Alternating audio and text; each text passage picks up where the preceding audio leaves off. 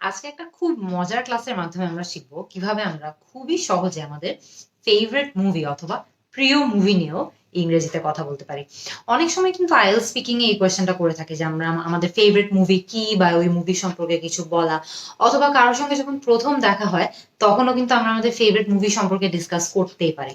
তো আজকে আমরা 7টা খুবই ইজি বাক্যের মাধ্যমে শিখবো যে কিভাবে আমরা খুবই ইজিলি চাইলে যে কোনো সময় আমাদের ফেভারিট মুভি নিয়ে অনেকক্ষণ কথা বলতে পারবো। তো একদম ফার্স্টে আমাদের কি বলা লাগে? ফার্স্টে কিন্তু খুবই অবভিয়াস, আমাদের ফেভারিট মুভির নামটা কি সেটা বলতে হবে। সেটা আমরা কিভাবে ইংলিশে বলতে পারি?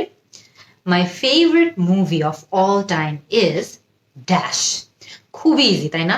এখানে যে ড্যাশটা আছে, এই ড্যাশটাতে কিন্তু আপনি আপনার ফেভারিট মুভির নামটা বসিয়ে দিলেই হবে। আপনার ফেভারিট মুভি যদি থ্রি ইডিয়টস হয়, তাহলে আপনি এখানে থ্রি ইডিয়টস বসিয়ে দিবেন যে my favourite movie of all time is three idiots. হয়তো বা আপনার ফেভারিট মুভি অন্য কিছু হতে পারে।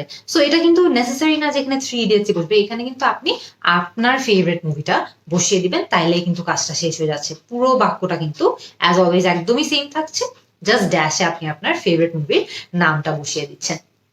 এরপরে আমাদের কি বলা লাগতে পারে?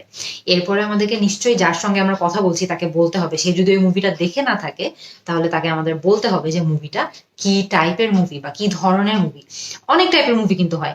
অ্যাকশন মুভি হয় যেখানে অনেক মারপিট হয়, হয়তোবা কমেডি হয় যেখানে অনেক হাসাহাসি হয়, হয়তোবা এটা একটা থ্রিলার মুভি যেখানে অনেক সাসপেন্স আছে, অনেক থ্রিল আছে। সো এরকম খেয়াল করে দেখবেন অনেক টাইপেরই কিন্তু মুভি হয়ে থাকে। কিন্তু এটাও কিন্তু আপনি খুবই সহজে একটা বাক্যের মাধ্যমে বলতে পারবেন। কিভাবে? ইটস আ ড্যাশ মুভি, অথবা it's an dash movie. It's an action movie, অথবা ইটস আ থ্রিলার মুভি, অথবা it's a comedy movie. So খেয়াল করে দেখবেন আপনি জাস্ট আপনার ফিল্মটা বা আপনার ফেভারিট মুভিটা যেই টাইপের বা যেই ধরনের সেটাই ড্যাশটাতে বসিয়ে দিলে হচ্ছে পুরো বাক্যের স্ট্রাকচারটা কিন্তু সেম থাকছে। এরপরে আপনি কি নিয়ে কথা বলবেন?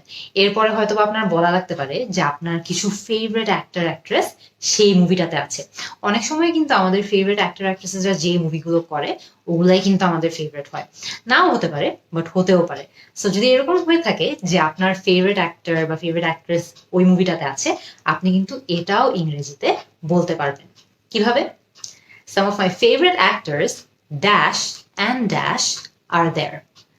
সেখানে যে ড্যাশ দুটো আছে, এই দুটো ড্যাশে আপনি বসাবেন যে আপনার যে ফেভারিট অ্যাক্টরের কথা আপনি বললেন তাদের নাম। হয়তো বা এটা বলতে পারেন যে some of my favourite actors Tom Hanks and Matt Damon are দেয়ার।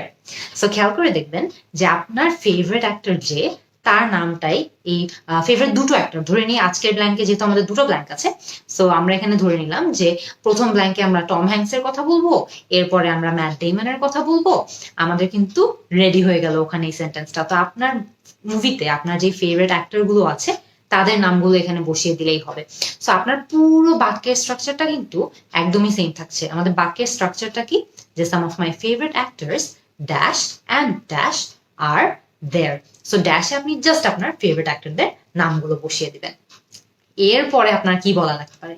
এরপরে হয়তো বা আপনার আরেকটু ইনফরমেশন দেওয়া লাগবে যে আপনি যে মুভির কথা বলছেন, আপনার ফেভারিট মুভির কথা যে বলছেন, সেই মুভিটা কোন যুগের উপর ভিত্তি করে বানানো। হয়তোবা সেটা একটু ফিউচারিস্টিক, মানে ভবিষ্যতের কোনো একটা সময়ের উপর বেস করে বানানো, হয়তোবা সেটা এখনকার সময়ের উপরে বেস করে বানানো। সেটা আপনি কিভাবে বলতে পারেন? It's set in dash, it's set in the future, মানে এই মুভিটা ভবিষ্যতের একটা সময়ের উপর বেস করে বানানো। অথবা it's set in modern day America, যে এখনকার আমেরিকা যেরকম সেই সময়ের উপর বেস করে বানানো। সো আপনি কিন্তু আপনার মুভি সম্পর্কে এইরকম ডিটেলস অ্যাড করবেন যে এটা কোন যুগের উপর, এটা কি এখনকার সময়ের উপর বেস করে বানানো, নাকি হয়তো বা ভবিষ্যতের কোনো একটা সময়ের উপর বেস করে বানানো, বা কোনো একটা ডেফিনেট শতকের উপর বেস করে বানানো, যে হয়তো বা 1920s এর উপর বেস করে বানানো, হয়তো বা প্রেজেন্ট ডে এর উপর বেস করে বানানো, মানে বর্তমান কালের উপর বেস করে বানানো। তো আপনি জাস্ট ড্যাশে কিন্তু এগুলোই বসে দিবেন। যদি প্রেজেন্ট ডে হয় তাহলে বাক্যটা হয়ে যায় যে set in the present day. যদি 1920s হয়ে থাকে তাহলে কিন্তু বাক্যটা হয়ে যায় সেট ইন দ্য 1920s। যদি মডার্ন ডে আমেরিকা হয়ে থাকে, যে বর্তমান কালের আমেরিকা যেরকম সেটার উপর ভিত্তি করে বানানো, it's set in modern day America. So খেয়াল করে দেখবেন যে আপনি জাস্ট যেই যুগের উপর ভিত্তি করে মুভিটা বানানো হয়েছে সেটা ব্ল্যাঙ্কে বসিয়ে দিলে কিন্তু হচ্ছে। আর কোনো কিছু নিয়ে কিন্তু আপনার একদমই টেনশন করা লাগছে না। এরপরে আপনি কি বলবেন? এরপরে আপনি হয়তোবা বলবেন, একটু ইনফরমেশন অ্যাড করবেন যে কেন আপনার এই মুভিটা এত ভালো লাগে। I like the film because it is dash. I like the film because it's original. মানে আমার এই মুভিটা অনেক ভালো লাগে কারণ এই মুভিটা খুবই অরিজিনাল, মানে যে স্টোরিটা আছে সেটা কোনো কিছু থেকে নকল করে বানানো না, একদম অথেন্টিক, একদম রিয়েল একটা স্টোরির উপর বেস করে বানানো। অথবা আপনি এটাও বলতে পারেন, I like the film because it is exciting, অনেক উত্তেজনাপূর্ণ, সো আমার এই কারণে মুভিটা অনেক ভালো লাগে। সো আপনি যেই ড্যাশটা আছে ওই ড্যাশটাতে জাস্ট যেই কারণ বা যেই কোন একটা ফিচার ওই মুভিটার আছে যেটার জন্য আপনার ওই মুভিটা অনেক বেশি ভালো লাগে সেটার কথাটাই কিন্তু ড্যাশে বসিয়ে দিলে হবে। আপনার পুরো বাক্যটা কিন্তু অ্যাজ অলওয়েজ একদমই সেম থাকছে। একদম লাস্টের দিকে আপনি কি বলতে পারেন? হয়তোবা আপনি এখন একটু বলার চেষ্টা করবেন যে আপনার যে মুভিটার কথা আপনি বলছেন সেটার কাহিনীটা কেমন। The story was dash. The story was interesting. The story was original. তো খেয়াল করে দেখবেন যে আপনার স্টোরির কাহিনীটা কিরকম ছিল, ইন্টারেস্টিং ছিল নাকি অরিজিনাল ছিল নাকি স্কেরি ছিল, এগুলো আপনি জাস্ট ড্যাশ সাথে বসিয়ে দিলেই হবে। এমন একটা শব্দ বসাবেন যে শব্দটা আপনার মুভিটাকে খুব ভালো করে বর্ণনা করে। যদি ভয়ের মুভি হয়ে থাকে স্কেরি বসাবেন, যদি অনেক উত্তেজনাপূর্ণ হয়ে থাকে এক্সাইটিং বসাবেন, ইন্টারেস্টিং বসাবেন। সো যেটা আপনার মুভিটাকে ডিসক্রাইব করে সেই ওয়ার্ডটা বসাই দিলেই হচ্ছে, বাকি সবকিছু কিন্তু সেম থাকছে। একদম লাস্টে গিয়ে আপনি মুভিটা নিয়ে কি বলতে পারেন? হয়তো আপনি এটা অ্যাড করতে পারেন যে মুভিতে যারা অ্যাক্টিং করেছে ওই অ্যাক্টিং এর কোয়ালিটিটা কেমন ছিল। The acting was dash. The acting was super, মানে অ্যাক্টিং অনেক ভালো ছিল। The acting was excellent.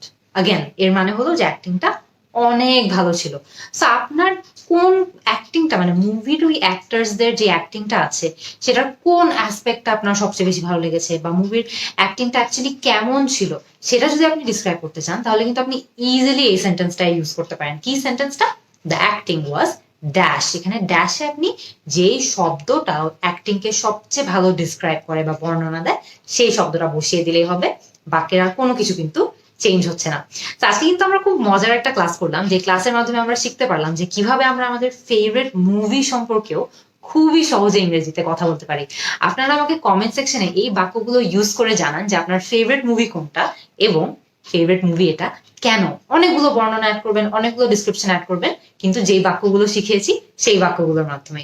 আমি কিন্তু আপনাদের অ্যান্সারের অপেক্ষায় থাকবো। See you in the next class.